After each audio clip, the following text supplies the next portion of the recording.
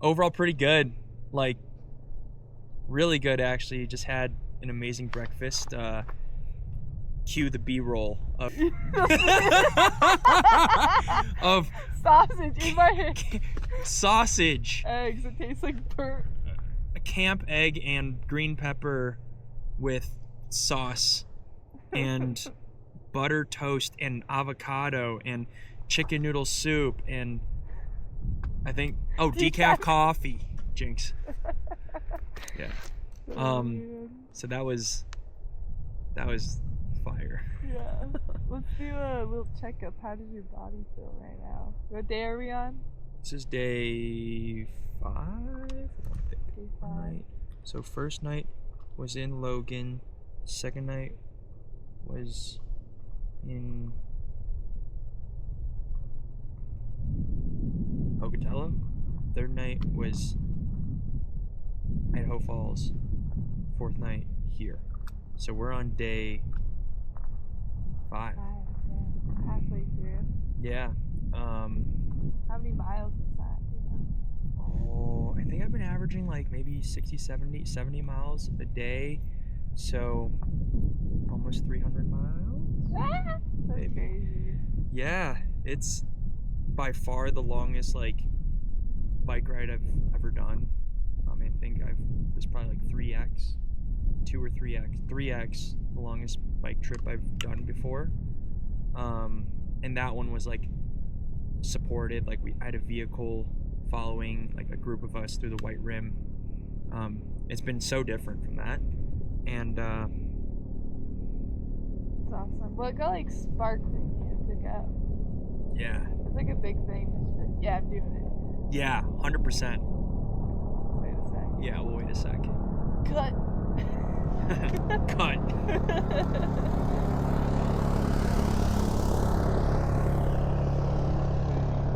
Circling back real quick to how I'm feeling, or do you? Yeah. I'll talk about how I'm feeling after. But what sparked this? I think it was a combination of a couple things. For the last couple years, I think I've been putting off getting into biking. When the winter season ends, I feel like people kind of like move away from snow sports in the circles that I run in into biking, running, all sorts of things, raft trips, and I've always just been like, I'll get into biking another time. Like running and climbing were kind of like things I would naturally gravitate to. But yeah, it's such a different experience, like running versus having this big piece of machinery, I'm sure. Oh yeah. And actually, this is a good tie-in into how I'm feeling. It's like if I was like, I instantly just like want to compare it to running.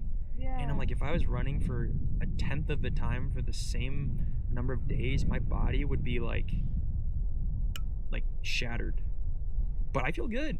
Good. Like there's little twitches and like little spasms of muscles that I've never like felt activated in this way before. But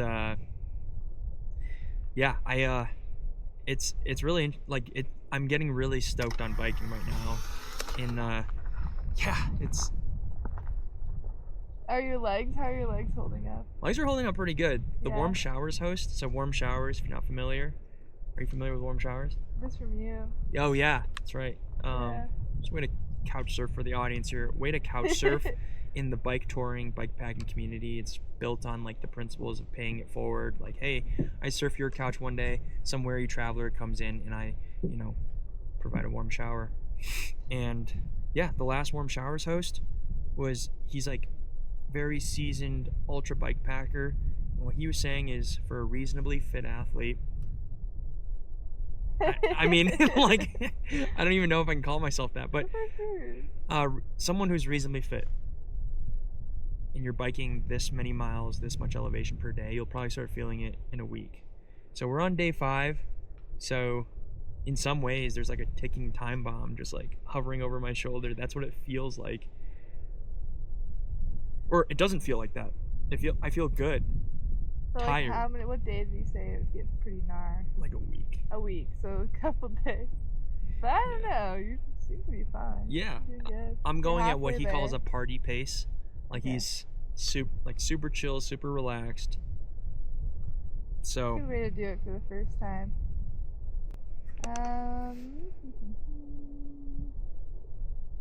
What do you do to pass the time on your bike since you're alone out here?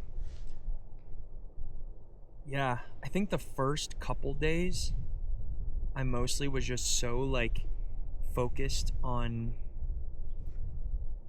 just getting dialed on the bike. Like, hey, I'm in an urban setting sometimes. I want to make sure that I'm like eyes up, focused, locked in on traffic. I'm in, but these last 2 days I've had more time to sink into a comfortable flow, and I've started to chat with friends, and even get in some pretty like deep, long conversations because it's just like open expanse of road, and I'm like, I feel good, feel comfortable. I have a good like mount set up, like a FaceTime rig on my bike. So, and I have like an AirPod in one ear, so I like can still hear what's going on around me. So I've been listening to A Fine Line, which is this book by Graham Zimmerman about how he navigates risk in extreme alpine environments and how that's like served him not just in the outdoors but in life. I think I'm still in the beginning stages of that book. When I'm like resting and I take a lot of breaks, I might pull out my Kindle, which I have, and I am on this trip. I'm finally understanding like why people have those even smaller Kindles, because it's anyways. compact. Exactly. And then listening to music. What kind of music have you been listening to? I wish I like made a playlist like Oh, that's one before. of Gus's questions. If you made a playlist. I feel like whenever I sign up for something big, I like want to make something like a playlist, but this time around it's just there were so many other things to do that like the playlist just got pushed back, and I think in my mind I was like, I'll do it eventually, I'll like have time to make it. You make it on the road. I've just been going on radio, you know what I mean, like selecting a song I like Khruangbin, Oh yeah, something like that's good. That's good stuff. melancholic. Yeah, open road feels like a little movie scene. Yeah. Has there been like a phrase or a word or a motto or anything that's been like repeating in your head, like coming up with that?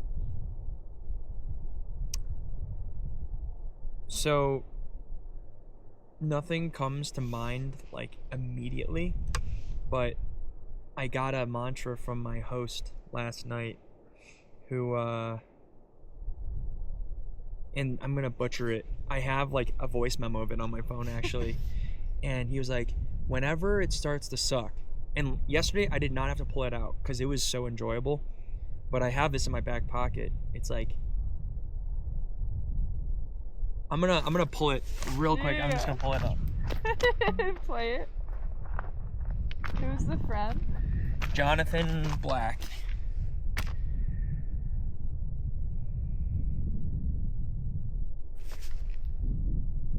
Where do you want to be? I want to be right here. What do you want to be doing? I want to be doing this, what I chose to do. What is the best day of your life? Today is the best day of my life. Right here, doing this, what I chose to do. Repeat.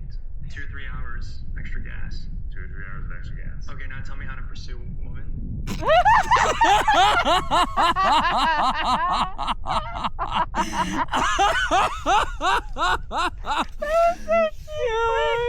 How do you pursue a woman? Yeah.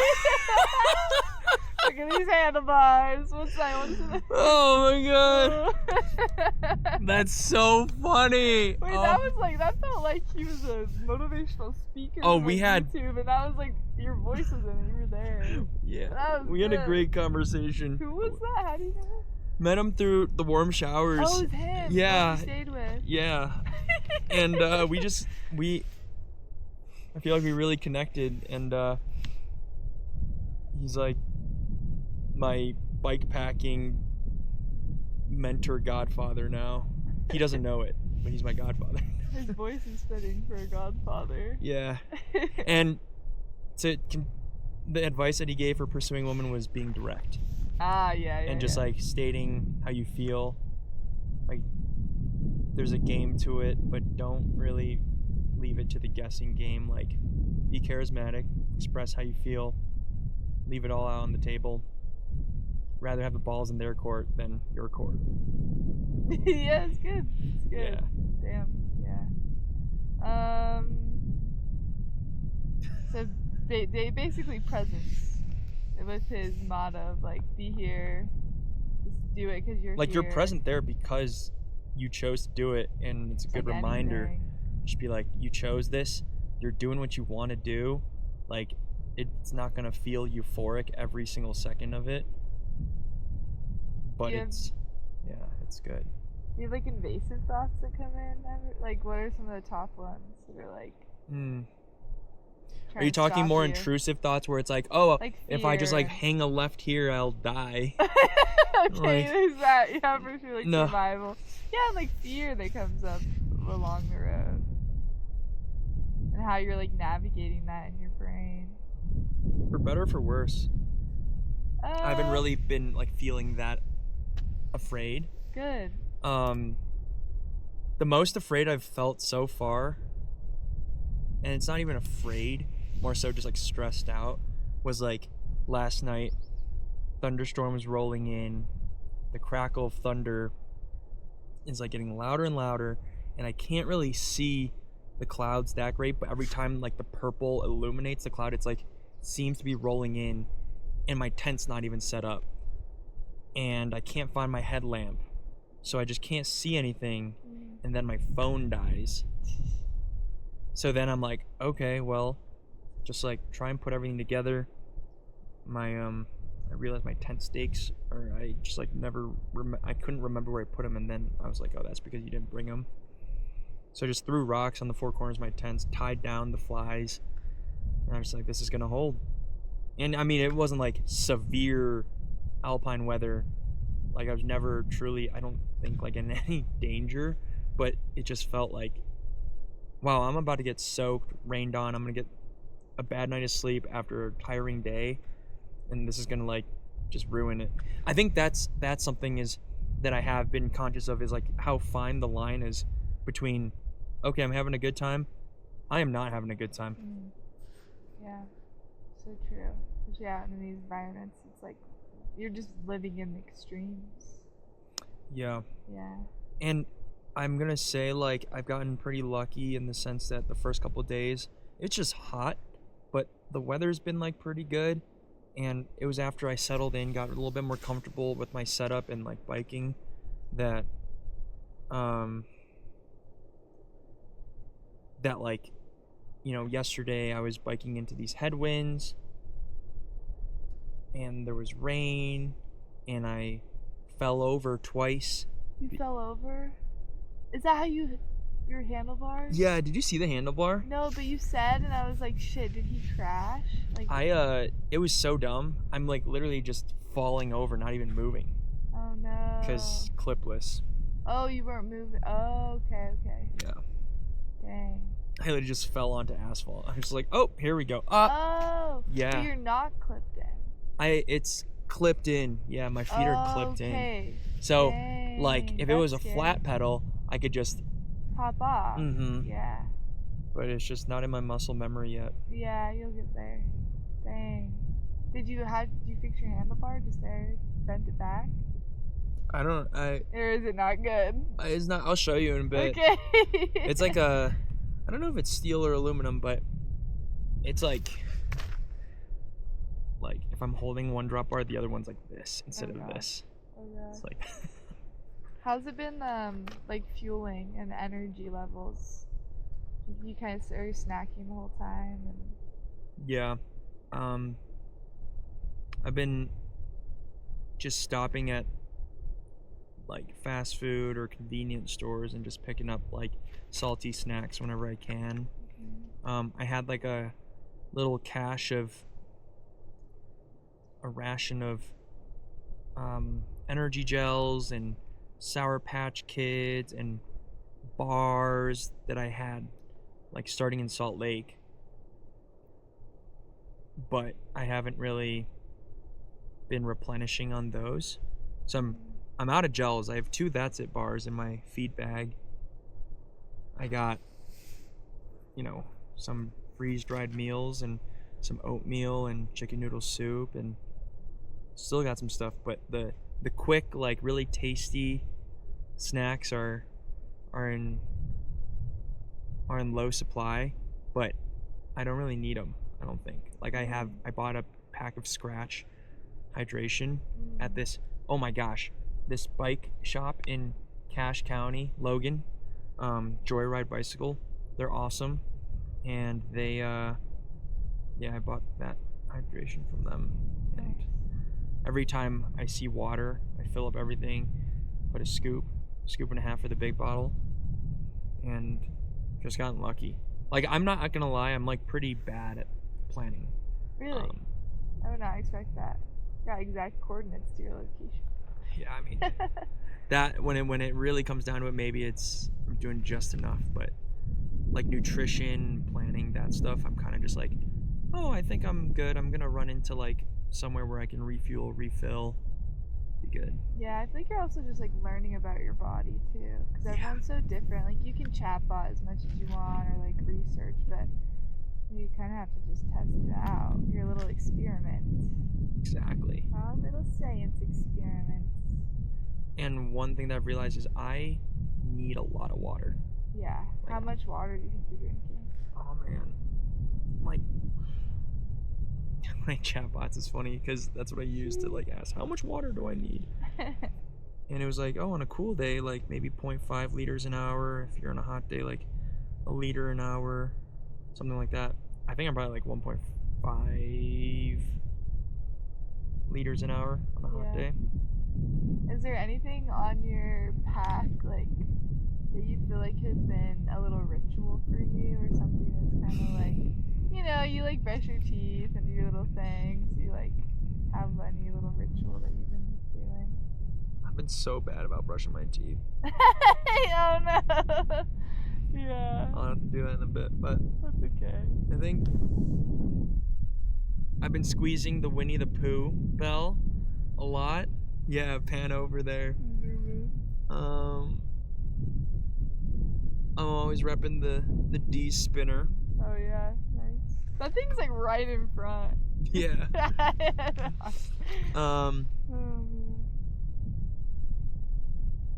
Yeah, it's good to have little things. I guess packing and unpacking is like a big journey in itself, of like kind of coming back to your little rituals.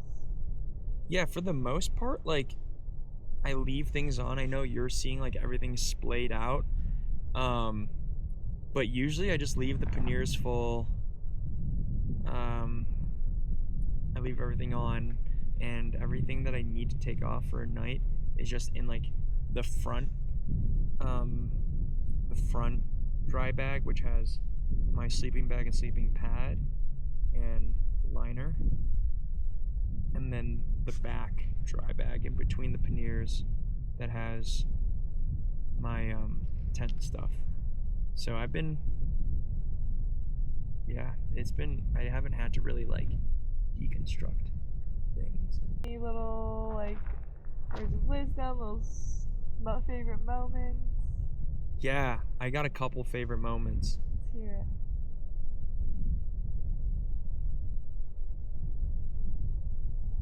One is the wildlife. Like, there's been a couple times, like when I was biking this road into the 8-mile wilderness, I think, this pack of like antelope or like deer, they must have been deer, but it was like a giant stampede of them. I've never seen anything like that in my life. Like, and I grew up in Michigan, I see deer all the time, but always in 1s, 2s, maybe 3s, a family of 5. But this was like 20. Wow. And they were all just like galloping like gazelles across the road, like 20 feet ahead of me, 50 feet ahead of me.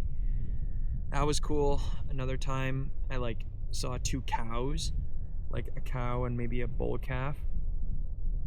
I was like so locked in thought. I like looked up and they were like 20 feet ahead of me, just crossing the road.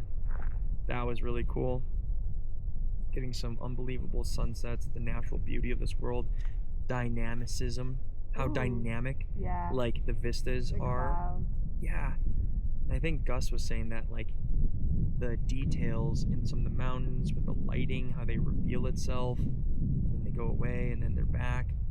Like it just looked like an outline, like a silhouette for a long time, but then as the sun was setting, like you could start making out like the chutes and the couloirs and the like the alluvial fanning and yeah. the just all the detail in the rock. Oh man, it makes me want to paint. Yeah. But yeah, to cap it off, a lot of like wow moments, a lot of reflection. We kind of talked about like I completely made my peace with not being at Alta next winter. I'm actually curious, like how, because you didn't work at Brighton last season. It's my first season in like 5 years not working there. Yeah. Since I was 19, yeah. How did you how did you know that was the right time to? The universe like pushed me out of it. I kept getting like little like words in my head being like, you need to get out, like it's time to leave, and I like kind of ignored it. I totally ignored it, and then I got concussed. And I think it was like the universe like hitting me on the head, being like, listen to me, we're trying to take you somewhere else. Yeah. It's time to go. And Yeah. and then after that I was like, oh yeah, it's time. And yeah, I didn't really spend much time in the valley, and I started like spending more time in the valley and realizing. And look at how you much now. life I feel like you're well known in the valley. Oh man. Yeah. I don't know. Thanks. I just enjoy people and the arts, and yeah, life is really interesting to me. It's a big experiment, but it is hard to leave. It feels like a little network or family up the Yeah, I gotta be interviewing you soon. That's awesome. Yeah, it's kind of a wild, and it's also kind of scary going into civilization fully. Like, I don't know. Going into or out of? I don't know. I just like for so long have worked seasonally and like have had that routine and haven't really understood the rhythm of like the natural worker of like having a one job and like kind of just being stable. Wow, I'm like the exact opposite. Yeah. Some learning, but yeah. I wonder if do you feel like the grass is greener on one side? Because I'm like, I wish I did way more seasonal, like growing up. I think that there's yin and yang in everything. There's dark and light, and you just have to like, and there's suffering and pleasure and everything. I mean, even I went to the Sierra Pharrell concert the other night.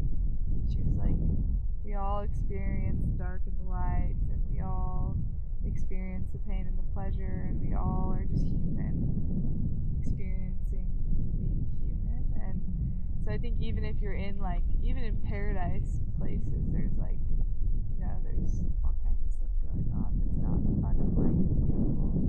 But yeah, there's a lot of drug abuse up the canyons, and a lot of even just body abuse, I would say, like chucking our bodies off these things. Like, I mean, I have like chronic pain in my neck that I have to manage through stress from just like doing stupid stuff. Yeah. You know? Totally. But I'm also have experienced complete bliss and like, oh man, just like that's all that mattered was just like being on the mountain. Yeah, it's really beautiful to like experience that. But there's more that matters than just that. Totally. You know, relationships. Yeah. Yeah, health. That was a beautiful answer. Yeah. Yeah. Thanks for sitting with me. Yeah. Yeah. More to come. Yeah. Yeah, that's a lot of what you're saying is how I kind of like made my peace there. It's like there's so much good there, but like it'll be there too. Yeah. And there's like more, there's more growth to be had in other areas of your life, and it's so easy to not think about it or not realize that it is there. I mean, in some ways, like like that lifestyle is a drug itself. Yeah, totally. It's addicting. Yeah, it's so easy to like get sucked into it. Yeah. And like you see it every year, people are like, "Oh, I'm not sure if I'll come back," but then like you get sucked right back in. Yeah. And for some people, it's good. Happened to me. Yeah. Yeah. For some people, it is good. But I mean, I always do fight with the like, am I running away from something that's good, or am I like exploring, or like it's so easy to like tell yourself I'm running away, or I'm not being stable enough, or like eat yourself up for not like doing the classic traditional route of life. So there's balance. It's interesting taking the like seasonal route of work and life in general. But hey, we're here. We made it this far. Yeah. Yeah. That's what I always say. I'm like, oh, I'm alive. I'm alive. It's like, yeah. One thing to like be alive or actually like feel alive. Yeah, I think just the way I kind of grew up like around these people and this community where it was really just about your scores, your grades, extracurriculars, education, the pedigree, the prestige, and like the last couple of years a huge motif has just been like unconditioning of that, unlearning it, which is so hard. It's so baked into like my DNA. Yeah, true. And just realizing that like, okay, I feel really alive doing these things. Am I really feeling alive, or is it like a euphoric sort of like cheap pleasure, dope, like a drug? And no, it's like a lot of it is just like enjoyment, skill building, and core life experiences being had, and just seeing like growth, and then realizing that's like not necessarily correlated with the job you have, the salary, your total compensation, whatever. Yeah. And like, it's not to say that securing your own future and like and like allowing yourself to build a lifestyle that can support you through a long life isn't important. Like having financial safety is good, but I think it's like it comes back to that saying of like chase what you love doing and you won't work a day of your life, like that will just come, and it should just be like a second order. I think it's a privilege to be able to like chase the thing, and then like you have the time and the bandwidth and the safety net to like get really good. I don't know if this is making sense now, but like if you can make that sort of like financial thing a second order, like by consequence of doing what you want to do, then you're in a way better spot. And I understand that that's privilege, because you look at Maslow's hierarchy of needs. Self-actualization, like fully actualizing and like fulfilling your potential per se, is like the last thing you can worry about after you have shelter, food, safety, community, relationships. Like you get all those things first, and then you can figure out you can get the the extreme fulfillment. But yeah, anyways. I didn't realize all of those were like, that's interesting, because I feel like a lot of people go like kind of opposite. Sometimes like they're just like so focused on something that they don't like have the community to support them in it. Yeah, it's I think it's like a short-term trade-off. It's like, Yeah. oh, like I will build the right community if I just like sacrifice this short-term connection and pursue this thing and just bury my head. It's like the people who take off for a year and maybe their relationships falter a little bit, or like they kind of like drop off or fell off or whatever, right? The perception of you has changed, but you come back and you took a wager on it and you're in a better place because of it. Yeah. You can like bring knowledge to your community in a way. Mm-hmm. Like all It's like these you go out on an skills adventure, Yeah. I don't think that's Keep life. I don't think we're supposed to just all be like around the campfire forever. No, or else we just talk about the same stuff all the Yeah. time. There Cue wouldn't be that anything Alan in- Watts quote. A person who thinks all the time has nothing to think about except thoughts. Yeah. A person who thinks all the time has nothing to think about except thoughts. So, he loses touch with reality and lives in a world of illusions.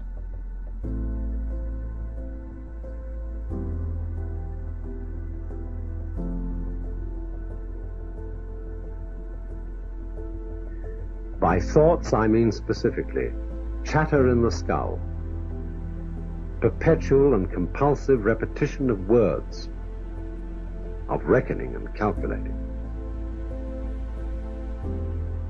I'm not saying that thinking is bad. Like everything else, is useful in moderation. A good servant, but a bad master. And all so-called civilized peoples have increasingly become crazy and self-destructive because through excessive thinking they have lost touch with reality. That's to say, we confuse signs, words, numbers, symbols, and ideas with the real world. Most of us would have rather money than tangible wealth, and a great occasion is somehow spoiled for us unless photographed. And to read about it the next day in the newspaper is oddly more fun for us than the original event.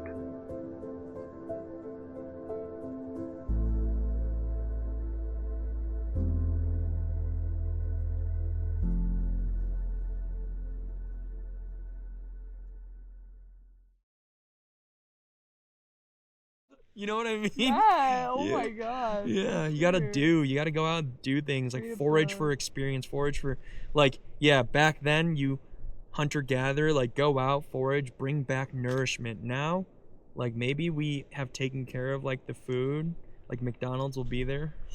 What am I saying? But you go out there, forage, like learnings, experiences, growth, bring it back, nourish your community in like intangible but important ways. I don't know. No, it's so real. I mean, yeah, I have so many examples, but I mean, I work at a rock climbing gym, and 2 of the guys just left for like 3 months to go to Africa and climb. And it's like, oh, that's why we're here. We're in a climbing gym to train, Yeah. to go do stuff in the world. Yeah. It's like, oh yeah, we're not meant to just be in this gym forever. Like, Yeah, exactly. The you gym know. is for like gaining the skill to go do the things you were Yeah. setting out to do. Mhm. I think that's an easy trap to get into. It's like, It is. Yeah. It is. yeah, Yeah, because you have everything you technically like need in a city. yeah. But yeah, it's interesting. Well, dang, feeling ready to get after it. Yeah, yeah. I'm feeling good.